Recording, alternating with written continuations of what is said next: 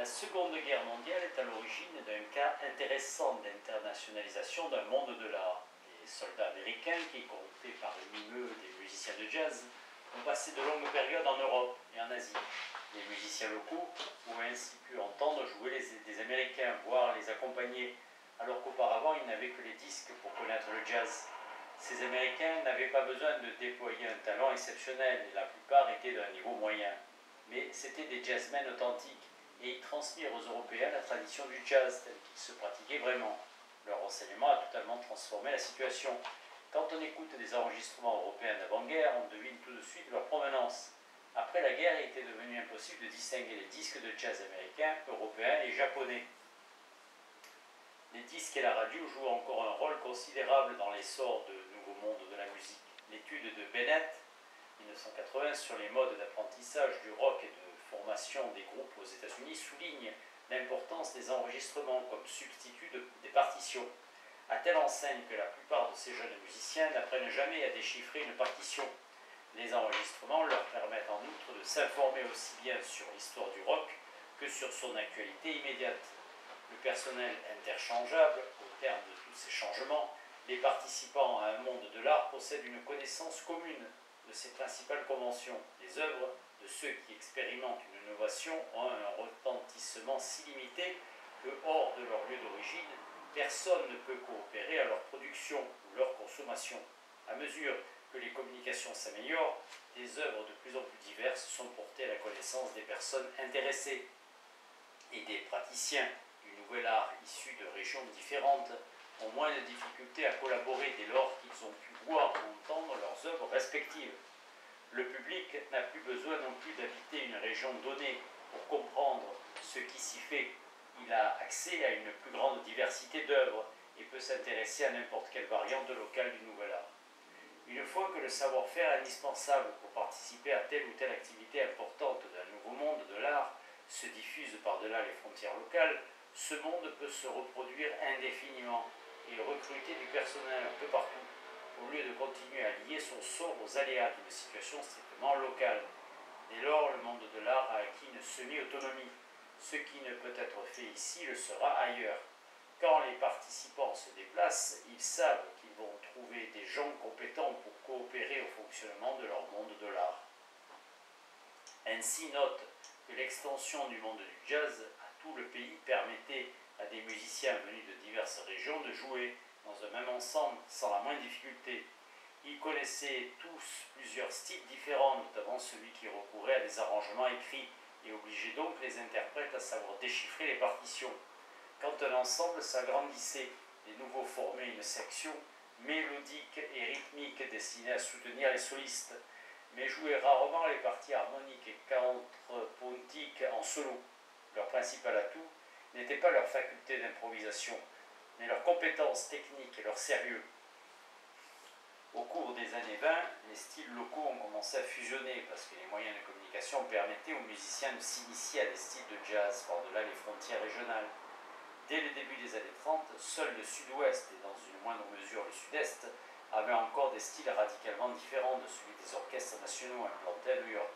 En outre, les orchestres nationaux et leurs musiciens venus de quatre coins du pays étaient souvent capables de débiter quelques produits de plus crus pour flatter le chauvinisme régional partout où ils jouaient. Désormais, les musiciens de jazz et leur public se rejoignaient sur un ensemble de conventions et d'usages qui leur permettaient de coopérer à la production caractéristique du monde du jazz. Avec la formation d'un savoir commun, c'était la diffusion de ces schèmes de coopération qui était rendue possible et l'interchangeabilité des acteurs qui était assurée. L'une des principales composantes d'un tel savoir est la rhétorique, ou le répertoire iconographique utilisé par la nouvelle forme d'art. Comme nous l'avons vu, les œuvres d'art mettent en jeu des matériaux expressifs, plus ou moins connus du public. Certains sont familiers à la majorité des gens, d'autres sont connus de ceux qui ont reçu une certaine formation. D'autres encore exigent un apprentissage particulier, indispensable, pour apprécier les œuvres. Quand un monde de l'art atteint des dimensions nationales ou internationales, c'est un très large public qui doit s'initier à de nouvelles conventions et à de nouvelles formes d'émotions esthétiques fondées sur des données visuelles, auditives ou intellectuelles inaccoutumées. La propagation rapide de la stéréophotographie exigeait l'initiation et la sensibilisation d'un vaste public à une iconographie qui n'intéressait que très peu de gens jusque-là. De fait, une grande partie de cette iconographie ne présentait qu'un intérêt purement local. Pour en rester à cet exemple, les initiatives commerciales qui ont diffusé les cartes et les vues stéréoscopiques dans tous les États-Unis ont dû engendrer une homogénéisation du goût national, quand tout ce qui n'était que particularité locale passa dans l'ensemble des conventions assimilées pour les producteurs comme par le public. Au moment où ce mode de production d'images est devenu plus courant et a commencé à se normaliser, les producteurs ont peut-être mis au point un système de notation rapide pour indiquer des compositions et des thèmes à leurs photographes. Ces indications devaient ressembler, sans être aussi détaillées ni systématiques, au synopsis de reportage que Roy Stryker préparait pour ses photographes de la Farm Security Administration, Hurley. Si nous pouvions les retrouver, elles nous montreraient comment les conventions codifiées permettant de donner des directives succinctes pouvaient devenir des contraintes pour les photographes. Le répertoire iconographique a dû s'enrichir avec l'industrialisation de la stéréophotographie, quoique cela n'ait pu être démontré. Earl, Dara et Dara. Selon toute vraisemblance, les styles tout à fait personnels sont devenus de plus en plus rares à mesure que se répandaient les conventions élaborées par les fabricants. Et pourtant, la production des gros éditeurs présentait une diversité sans doute beaucoup plus grande que celle de n'importe quel stéréophotographe ou groupe de stéréophotographes local. Face à une production industrielle énorme et très variée, les goûts des consommateurs se sont élargis. Initialement attentif aux seuls sujets régionaux, le public est devenu aussi cosmopolite dans ses choix que les fabricants eux-mêmes. Les agriculteurs croyants ont appris à apprécier les paysages de la Terre Sainte, ce qui n'a rien d'étonnant, mais aussi les vues du mausolée du sultan Barkuk au Caire, inscrite au catalogue Melender et Brother à Chicago, vers 1880. Le public américain commença, grâce aux stéréophotographies, mais aussi aux revues, affiches et spectacles de lanternes magiques, à s'intéresser à des sujets qui n'avaient aucun rapport avec sa vie quotidienne, aux antiquités égyptiennes, mais également aux autres régions de son pays. On pouvait acheter des vues de Hurley, dans le Wisconsin, aussi bien que des photographies du Capitole d'Atlanta. On conviendra qu'en Amérique, à la fin du XIXe siècle, il était sans doute plus facile d'intéresser les gens à certains sujets qu'à d'autres. Les plaisanteries sur les nègres et d'autres groupes ethniques devaient toucher une corde sensible chez les anglo-saxons, qui voyaient leur pays et leur culture submergés par les vagues d'immigrants et de minorités. Quant aux images un peu lestes, elles respectaient les convenances de l'époque. La grande idée américaine d'une domination de la nature par l'homme se traduisait par une prédilection pour les paysages majestueux. Quand le chemin de fer et le télégraphe achevèrent d'unifier le pays, les gens furent plus sensibles aux événements survenus loin de chez eux. Ils se mirent à témoigner le même intérêt pour le grand incendie de Chicago ou le tremblement de terre de San Francisco, voire le siège du Port Arthur, que pour les catastrophes locales. En outre, le goût pour la stéréoscopie venait d'autant plus aisément aux gens qu'ils s'accordaient bien avec certains penchants américains traditionnels. C'était une façon de se divertir en famille ou entre amis. Les projections de diapositives de vacances jouent le même rôle aujourd'hui. Les stéréophotographies étaient aussi des symboles de consommation ostentatoires, tant par leur possession matérielle que par le niveau de raffinement et de culture qui était associé à leur utilisation. Il n'est pas indifférent que ces images aient servi d'instrument pédagogique, à une époque où l'instruction devenait un important moyen d'ascension sociale. Ainsi, dans la publicité pour ces méthodes de voyage, la firme Underwood et Underwood énumérait les établissements scolaires et universitaires qui les utilisaient et citait les témoignages approbateurs de quelques enseignants réputés. Les institutions du monde de l'art. Quand une innovation a donné naissance à un réseau de coopération d'envergure nationale, voire internationale, il suffit désormais pour créer un véritable monde de l'art de persuader tous les autres que ce réseau produit bien des œuvres d'art et qu'il a droit à tous les privilèges dévolus à l'art.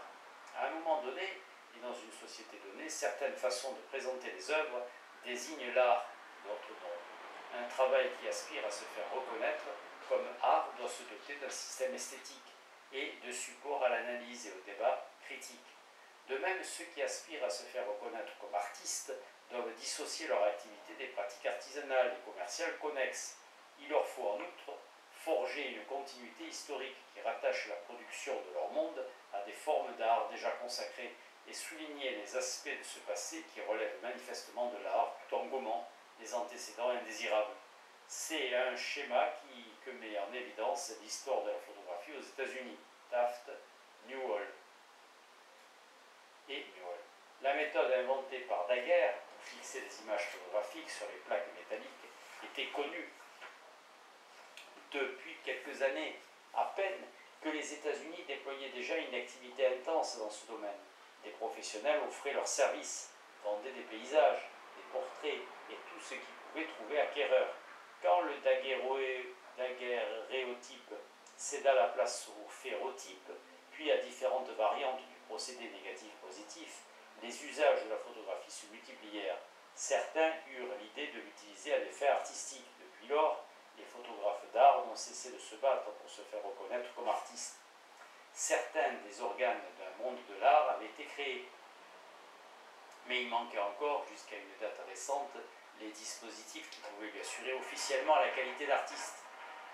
Leurs revendications, que justifiait de prime abord la nature de leur production, faite d'objets à contempler, étaient cependant battues en brèche par des débats idéologiques sur le thème « Peut-on faire de l'art avec des machines ?»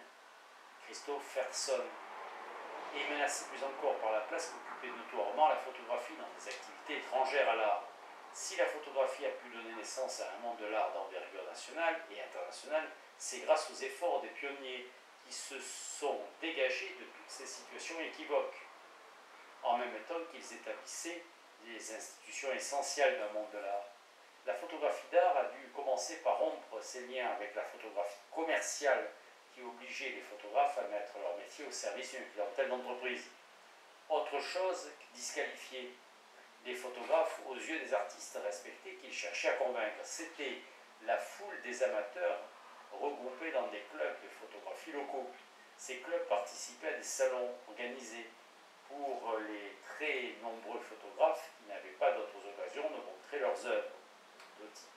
Ils encourageaient à rivaliser de compétences, comme en témoigne un participant à ce monde des clubs, cité par George Tiss. Tous les mois, on avait un concours de tirage en noir et blanc. C'était toujours tentant d'essayer de décrocher le titre de tirage du mois et de remporter le trophée à la fin de l'année. C'est comme ça qu'ils m'ont gardé si longtemps. Je m'en sortais assez bien au salon, mieux que dans les concours du club. J'étais exposant du premier grade et j'essayais de passer au deuxième quand j'ai abandonné. Au bout d'un certain nombre de sélections dans les salons internationaux, on avait un grade de la Photographic Society of America. On pouvait monter jusqu'au 5e grade, c'était le maximum, 10.